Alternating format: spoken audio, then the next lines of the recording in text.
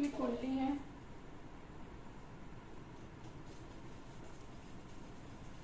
और हम बोर्ड पे कुंडली बनाना सीखेंगे। प्रथम कुंडली लग्न कुंडली होती है। इसको हम इस तरह से ड्रॉ करेंगे। ड्रॉ करने का तरीका बिल्कुल ही सिंपल है।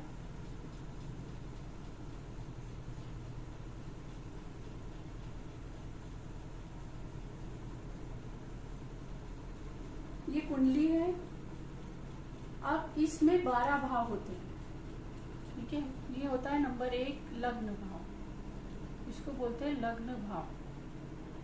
नंबर 2 द्वितीय भाव, नंबर 3 तृतीय भाव, फोर्थ चतुर्थ भाव, पंचम भाव, षष्ठम भाव, सप्तम भाव, अष्टम भाव, नवम भाव, दसम भाव, एकादश भाव और द्वादश भाव। ये गिनती हो गई कुंडली की। द्वादश भाव हो गया। अब जो लग्न कुंडली है, ये इसको लग्न कुंडली बोलते हैं।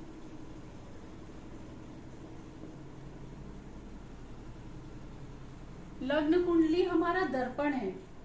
जैसे हम जब पैदा हुए तो किस समय में पैदा हुए, किस स्थान में पैदा हुए, और उस समय उस स्थान में जो आयना अक्षांश और देशांतर थे, उससे लग्न कुंडली का निर्माण होता है। तो लग्न कुंडली हमारा आईना है, जिसमें कि हम अपने आप को ही देखते हैं। अब लग्न में जो नंबर 1 लिखा है, ये प्रथम भाव है। ये द्वितीय भाव, ये तृतीय भाव, चतुर्थ, ये मैं आपको बता चुकी हूँ। अब ये कुंडली के जो प्रथम भाव में जो राशि आती है, उसको बोलते हैं मेष राशि। इसको नंबर 1 से लिखा जाता है। द्वितीय भाव में राशि आती है, उसको बोलते हैं मिथुन राशि।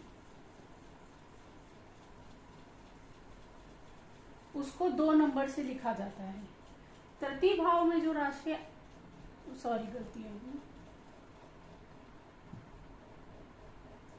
द्वितीय भाव में जो राशि आती है वो होती है वृषभ राशि। उसे नंबर 2 से लिखा जाता है। और तृतीय भाव में जो राशि आती है वो होती है मिथुन राशि। इसे नंबर 3 से लिखा जाता है। चतुर्थ भाव में जो राशि आती है वो होती है कर्क राशि। इसे नंबर 4 से लिखा जाता है। पंचम भाव में जो राशि आती है उसको बोलते हैं सिंह राशि। इसे 5 नंबर से लिखा जाता है। छठे भाव में जो राशि आती है कन्या राशि। 7वें में तुला, 8वें में वृश्चिक, 9वें में धनु, 10वें में मकर, 11वें में कुंभ और 12वें में मीन। ये 12 राशियां हैं। कुंडली में 12 घर होते हैं और 12 राशियां होती हैं। ठीक है, अब हम देखेंगे कि ये 12 घर और 12 राशियों के अलावा कुंडली किस राशि का कौन सा ग्रह होता है। क्योंकि ब्रह्मांड में 7 और 2 राहु केतु मिलाकर कितने 9 ग्रह हैं। और यूरेनस, नेपच्यून, प्लूटो को भी हम जानते हैं, पर उनको हमारी ज्योतिष में कुंडली में स्थान दिया गया है, परंतु उनको गिना नहीं जाता। ठीक है, तो हम अब देखेंगे कि इन 12 राशियों के कितने कौन कौन से ग्रह होते हैं। मेष राशि का ग्रह होता है मंगल। वृषभ का होता है शुक्र। मिथुन का होता है बुध। कर्क का होता है चंद्रमा। सिंह का होता है सूर्य। कन्या का होता है बुध। विपरीत पुनः रिपीट होता है। बुध 2 राशियों को डोमिनेट करता है। कौन कौन सी? मिथुन और कन्या। तो कन्या राशि का भी ग्रह बुध होता है। तुला का वापस शुक्र होता है। इसका कारण मैं अभी आपको आगे बताऊंगी कि ऐसा क्यों होता है। शुक्र होता है, वृश्चिक राशि का पुनः मंगल होता है, यहां लिख देती हूं मैं, जगह कम है। धनु राशि का गुरु होता है, मकर राशि का शनि, और वापस कुंभ राशि का शनि, और वापस मीन राशि का गुरु। एक बार और दोहरा देती हूं। मेष राशि का ग्रह मंगल है, वृषभ का शुक्र, मिथुन का बुध, कर्क का चंद्रमा, सिंह का सूर्य, कन्या का पुनः बुध, तुला का शुक्र, वृश्चिक का मंगल, धनु का गुरु, कुंभ का शनि और मीन का गुरु। ठीक है, अब हम इसको मिटा देते हैं और मैं आपको वापस से लग्न कुंडली बना के बताऊंगी कि ये रिपीट क्यों होते हैं।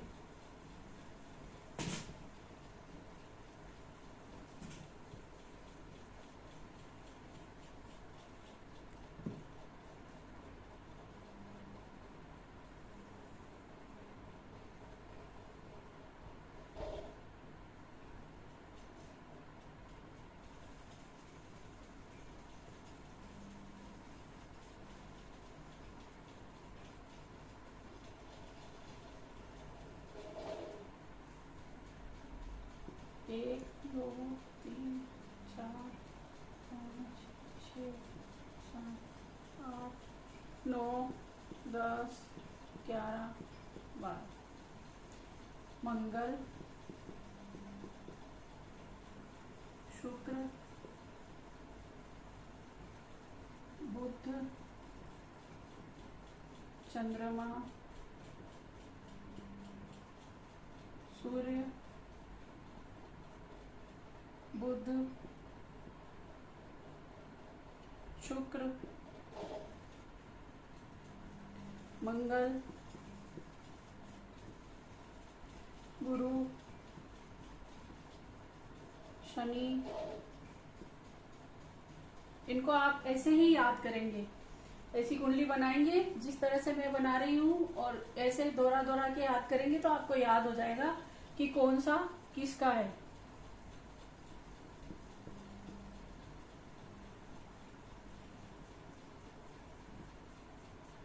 अब आप एक बात नोट कीजिए, ये इसका गुरु,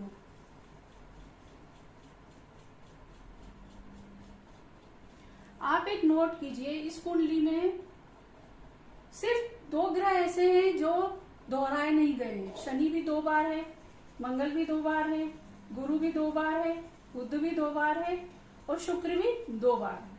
परंतु 2 ग्रह ऐसे हैं जो दोहराए नहीं गए हैं, एक है चंद्रमा और एक है सूर्य।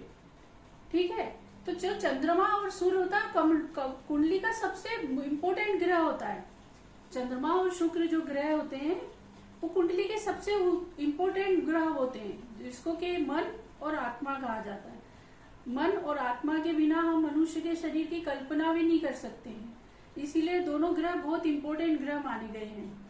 ठीक है, तो अब आप देखो कि 4 नंबर राशि जो कि केंद्र त्रिकोण की राशि है, केंद्र की राशि है, और सूर्य जो कि केंद्र त्रिकोण की राशि है, मूल त्रिकोण की राशि है। ठीक है, ये चंद्रमा केंद्र की राशि है और सूर्य मूल त्रिकोण की राशि है। ये दोनों, इनको प्राय कुंडली में आप सोचो कि इतने इम्पोर्टेंट है कि इनको राजा रानी तक कहकर संबोधित किया जाता है। मतलब कि ये कुंडली का राजा है, सूर्य कुंडली का राजा है और चंद्रमा कुंडली की रानी है। अगर हम किसी भी व्यक्ति की कुंडली देखना शुरू करते हैं तो सबसे पहले कुंडली में किस चीजों को देखते हैं? सबसे पहले देखते हैं चंद्रमा कहाँ स्थित है और सूर्य कहाँ स्थित है। आधी कुंडली तो इसी से सॉल्व हो जाती है कि चंद्रमा कहाँ स्थित है और सूर्य कहाँ स्थित है। आगे फिर हम उसके बारे में अधिक और जानकारी लेते हैं, क्योंकि दूसरे ग्रह कहाँ पे स्थित है, दूसरे ग्रहों का भी बहुत महत्व होता है, परंतु आधी कुंडली चंद्रमा और सूर्य की स्थिति से ही सिद्ध हो जाती है।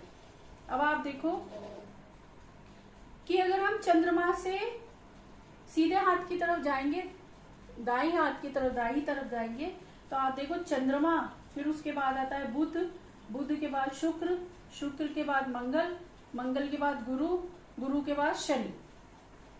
ठीक है, तो चंद्रमा, इन सब ग्रहों को चंद्रमा भी डिनोट कर रहा है, चंद्रमा भी बता रहा है। चंद्रमा से अगर हम गिनना शुरू करें, चंद्रमा से बुध, बुध से शुक्र, शुक्र से मंगल, मंगल से गुरु, गुरु से शनि। अब आप सूर्य से गिनना शुरू करो, तो सूर्य से बुध, बुध से शुक्र, शुक्र से मंगल, मंगल से गुरु, गुरु से शनि। मतलब आप देखो कि जो कुंडली होती है वो चंद्रमा और सूर्य के इर्द गिर्द ही ये सारे ग्रह घूमते। इधर से ये वही सर्कल है, इधर से भी ग्रहों का वही सर्कल है। इसीलिए चंद्रमा और जो सूर्य है वो एक ही बार कुंडली में लिखे जाते हैं, क्योंकि राजा रानी है।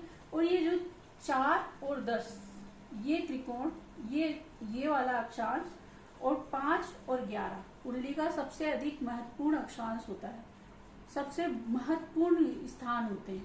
5 और 11, 4 और 10 अगर किसी व्यक्ति के अच्छे हैं तो हम कुंडली को आंख मूंद करके कह देते हैं कि इस व्यक्ति की कुंडली बहुत अच्छी है। अगर इनमें ग्रहों का प्लेसमेंट, ग्रह ये सब बहुत अच्छी स्थिति में है तो हम आंख मूंद करके कह देते हैं कि इस व्यक्ति की कुंडली बहुत अच्छी कुंडली है और आगे चलकर ये बहुत अच्छा काम करेगा। अगर इसमें कोई जैसे कि शुक्र आ जाए 4-10 में, है ना, चंद्रमा तो है ही, सूर्य तो है ही, शुक्र आ जाए, गुरु आ जाए, गुरु यहाँ पर चंद्रमा के घर, मतलब चंद्रमा के घर चौथे भाव में उच्च का होता है। तो अगर गुरु यहाँ आ जाए तो हम क्या बोलेंगे कि इस व्यक्ति की कुंडली बहुत अच्छी है ना। यहाँ पर चंद्रमा उच्च का होता है, यहाँ पर मंगल उच्च का होता है 10वें घर में, है ना, तो इससे कुंडली उच्च बहुत अच्छी हो जाती है। तो जो 4-10 और 5-11 ये कुंडली के सबसे महत्वपूर्ण भाव होते हैं। बाद बाकी भाव का भी उतना ही अधिक महत्व है, परंतु अगर किसी व्यक्ति के ये जो 4 भाव मजबूत है तो कुंडली मजबूत है। भाग्य भाव का मजबूत होना तो आवश्यक है ही, क्योंकि बिना भाग्य के तो इंसान को कुछ मिलता नहीं है, इसलिए भाग्य भाव का मजबूत होना भी परम आवश्यक है। ये मेरी कुंडली का विश्लेषण था। आज के लिए बस इतना ही।